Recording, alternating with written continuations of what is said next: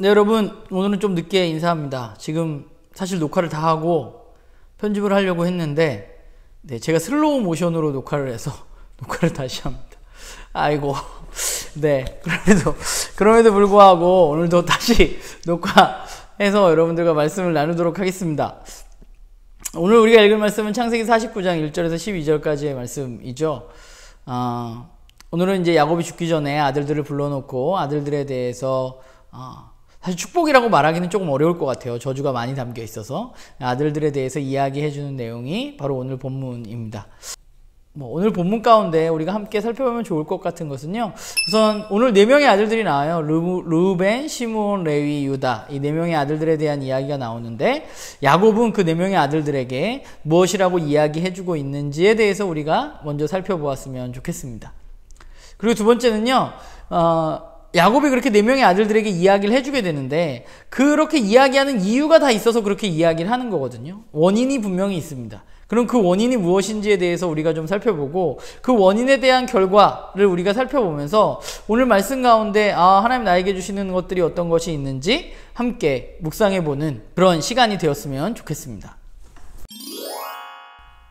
네, 여러분, 제가 오늘 한 큐티 여러분들과 나누면요, 야곱이 이제 늙어가지고 아들들을 사실 축복이라고 이야기하기 좀 그렇지만 축복하기 위해서 아들들에게 이제 유언하기 위해서 아들들을 부릅니다. 그래서 아들들에게 이야기를 하게 되죠. 근데 일반적으로 사실 유언이라는 것은 아들들에게 앞으로 이렇게 잘 살아라, 이렇게 얘기하는 게 일반적인데, 오늘 야곱의 유언은 조금 다른 형태를 띠고 있는 것이 분명합니다. 마치 앞으로 일어날 일에 대한 예언과 같은 이야기를 야곱은 오늘 본문 가운데 하고 있습니다. 그 야곱이 그렇게 아들들에게 이야기를 하게 되는데, 오늘 본문에 4명의 아들들이 나옵니다. 르우벤, 시므온, 레위, 유다입니다. 먼저 르우벤은 야곱의 장자입니다. 큰아들입니다.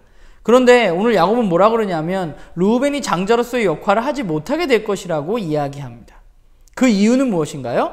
그가 아버지의 침상을 더럽혔기 때문입니다. 아버지의 침상을 더럽혔다는 이야기는 뭐예요? 35장에 보면 이 르우벤의 엄마가 레아잖아요. 그리고 레아의 여종이 바로 빌하입니다. 그런데 이 레아가 빌하를 야곱에게 첩으로 주었죠. 아들을 더 낳기 위해서, 그 라헬과 경쟁 관계에서. 그래서 사실 빌하는 야곱의 첩입니다. 그런데 이 르우벤이 야곱의 첩이었고 또 어머니 레아의 여종이었던 그 빌하와 동침하는 장면이 나옵니다. 그래서 야곱이 이야기하는 거죠. 네가 아버지의 침상을 더럽혔기 때문에 너는 장남으로서의 역할을 못할 것이라고 나옵니다.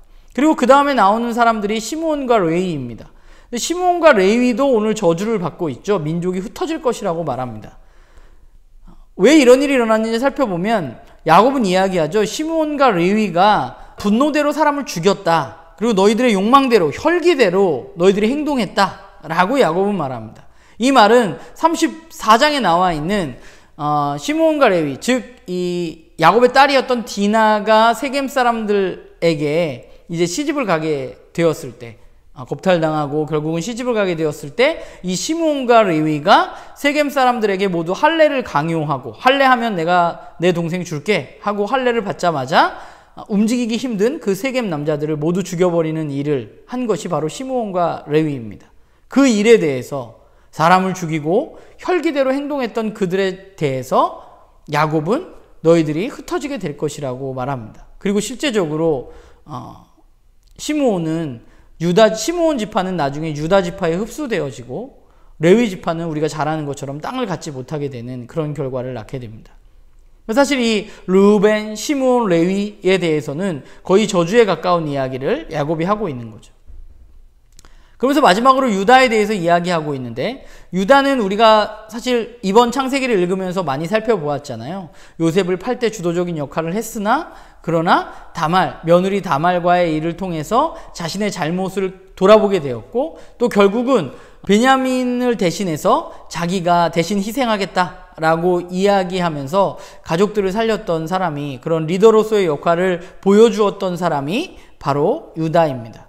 그래서 오늘 야곱은 그 유다에게 얘기하고 있는 거죠. 너가 큰 민족이 되고, 결국은 그 유다 민족 가운데 다윗이 나오고, 또 그 다윗의 자손 가운데 예수 그리스도가 나오게 되는 것입니다.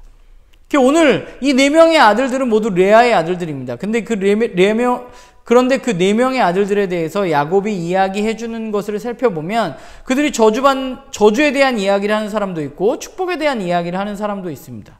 근데 왜 야곱은 아들들에게 누군가에게는 저주를 또 누군가에게는 축복을 해주는 것인가 살펴보면 모두가 그들의 행동에 따른 결과들로 야곱은 이야기하고 있는 것이죠.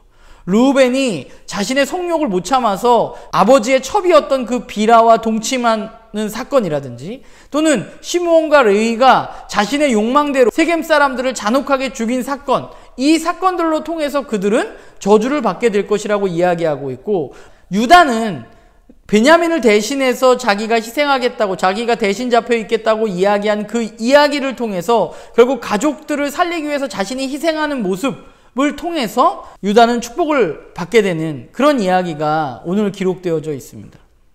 성경은 우리에게 생각보다 우리의 삶의 행동에 대해서 굉장히 많이 강조하고 있습니다. 그러니까 우리는 그렇잖아요. 교회를 다니면 우리는 믿음에 대해서 굉장히 많이 강조를 합니다. 또 믿음은 우리가 이 땅을 살아가는 데 있어서 굉장히 중요한 역할을 감당하고 우리에게 꼭 필요한 것입니다. 그런데 그 믿음이 있다고 해서 우리에게 우리의 행함과 믿음은 별개의 것이냐가 아니라 성경은 그 믿음만큼 우리에게 행함에 대해서 강조하고 있다는 사실을 우리는 잊어서는 안 됩니다. 그러니까 오늘 본문은 우리에게 그들이 삶에서 살았던 것의 열매로 그들의 삶의 결과들이 나타난다고 이야기하고 있습니다. 그리고 예수님도 우리에게 말씀하셨듯이 우리는 결국은 우리가 행한 것에 따라서 하나님은 그것에 대해서 심판하시겠다고 말씀하십니다. 결국 우리들이 해야 할 일은 나 예수님 믿어, 난 그리스도인이야 라고 얘기하는 것이 끝이 아니라 그 믿음에 걸맞는 행동이 우리의 삶 가운데 반드시 필요하다는 것이죠. 그리고 하나님만 잘 믿고 세상을 막 살고 다른 사람을 괴롭히는 사람들을 절대로 그냥 내버려 두시지 않습니다. 하나님은 심판의 하나님이십니다. 성경이 우리들에게 그것을 이야기해 주고 있습니다.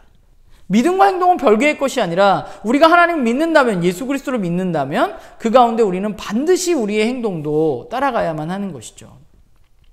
말씀을 보다가 저는 참 이렇게 많은 번지르르 하게 하는데 나는 그럼 잘 살고 있는가라는 생각을 해보게 됩니다. 여전히 부족한 것 투성이지만 그럼에도 불구하고 말씀을 따라서 살려고 애쓰고 있다는 생각을 좀 했어요.